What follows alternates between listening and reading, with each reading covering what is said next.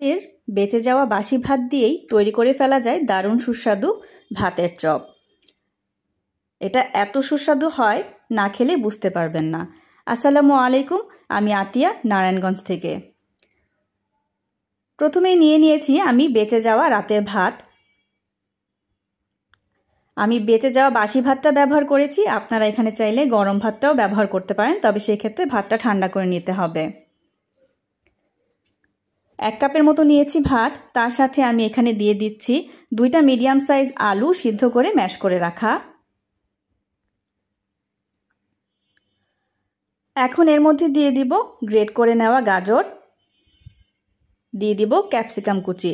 এখানে আপনারা চাইলে পছন্দ মতো যে কোনো সবজি ব্যবহার করতে পারেন, অথবা গাজর ক্যাপসিকাম বাদ দিয়েও করতে পারেন।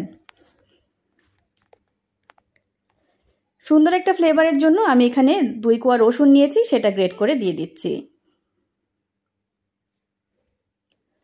রসুনটা গ্রেট করে দিলে সুন্দর একটা ফ্লেভার আসে। আপনারা চাইলে এখানে আদা রসুন বাটা ব্যবহার করতে পারেন, তবে আমার কাছে মনে হয় রসুনটা গ্রেট করে দিলে বেশি সুস্বাদু হয়।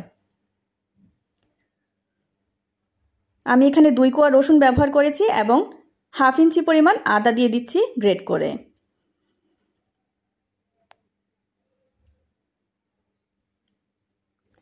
এখন দিয়ে দিব পেঁয়াজ কুচি, কাঁচামরিচ কুচি। এখন ব্যবহার করব খুব সামান্য কিছু মশলা, এর থেকে বেশি মশলা প্রয়োজন পড়ে না। দিয়ে দিচ্ছি লবণ, পরিমাণ মতো দিয়ে দিব চাট মশলা। সুন্দর একটা কালারের জন্য ব্যবহার করছি লাল মরিচের গুঁড়া। আমি এখানে চাট মশলা ব্যবহার করেছি। আপনাদের হাতের কাছে যদি চাট মশলা না থাকে সেক্ষেত্রে গরম মশলাও ব্যবহার করতে পারেন, অথবা নুডলসের মশলাও ব্যবহার করা যেতে পারে। খুব আলতো হাতেই মেখে নিচ্ছি। ভাতগুলোকে একেবারে চেপে ভর্তা করার দরকার নেই। সবগুলো মশলা একত্রে মেখে নিচ্ছি। সবগুলো মেখে নেওয়া হয়ে গেছে। এখন হাতের মধ্যে একটু তেল মেখে নিচ্ছি, কারণ এটা অনেকটা স্টিকি থাকে, হাতে লেগে যাবে, এর জন্য একটু তেল মেখে নেওয়াই ভালো। অল্প অল্প করে নিয়ে আমি একটু লম্বাটে করে রোলের মতো শেপ করে নিচ্ছি। আপনারা এখানে চাইলে গোল করেও করতে পারেন চপের মতো।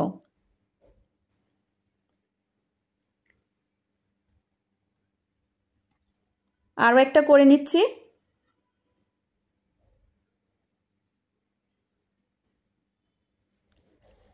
সে একইভাবে হাতের মধ্যে নিয়ে একটু চেপে চেপে লম্বা করে নিচ্ছি।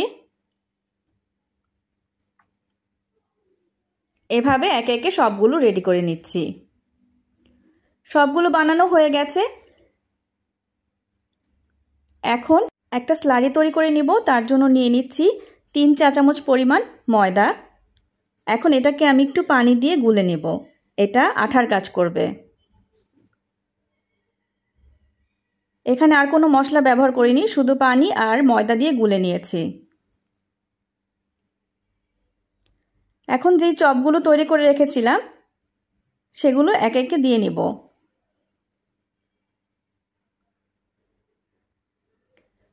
সম্পূর্ণটা দিয়ে ভিজিয়ে নিতে হবে যাতে কোথাও বাকি না থাকে। এখন দিয়ে দিব ব্রেড ক্রামের ওপর এবং শুকনো হাতে ভালো মতো গড়িয়ে নিব। এবার হাত দিয়ে ভালো মতো চেপে চেপে চপের গায়ে ব্রেড ক্রামগুলো লাগিয়ে নেব। তাহলে ভাজার সময় ছেড়ে আসবে না এবং সুন্দরভাবে ক্রিস্পি থাকবে। একটা তৈরি করে নিয়েছি, এটা সাইডে রেখে দিচ্ছি। আপনাদের সুবিধার জন্য আরও একটি করে দেখাচ্ছি। সে একইভাবে স্লারির মধ্যে দিয়ে কোট করে নিতে হবে। এখন ব্রেড ক্রাম্ব দিয়ে ভালো মতো মেখে নিতে হবে। শুকনো হাতেই কাজটা করতে হবে, তাহলে ব্রেড ক্রাম্ব কিন্তু খুব বেশি অপচয় হবে না।